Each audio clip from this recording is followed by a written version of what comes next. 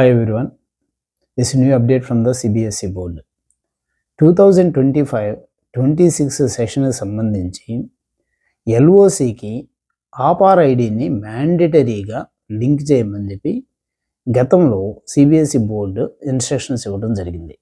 కానీ గ్రౌండ్ లెవెల్లో ఉన్నటువంటి ఇబ్బందుల్ని స్కూల్ యాజమాన్యాలు బోర్డు దృష్టికి తీసుకెళ్లటం వల్ల కేవలం 2 సందర్భాలకు మాత్రమే సంబంధించి బోర్డు ఎగ్జంప్షన్స్ ఇవ్వడం జరిగింది.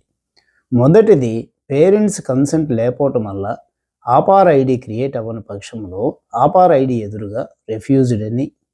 రెండో సందర్భంలో డిపార్ట్మెంట్ల పరంగా ఆపార్ ఐడి కనుక క్రియేట్ అవ్వకపోతే నో జెన్ అని మెన్షన్ చేయమంది. మిగిలిన ఏ సందర్భంలో కానీ ఎవరికి ఎగ్జంప్షన్స్ అనేది ఇవ్వటం జరగదని స్పష్టంగా తెలియజేసింది.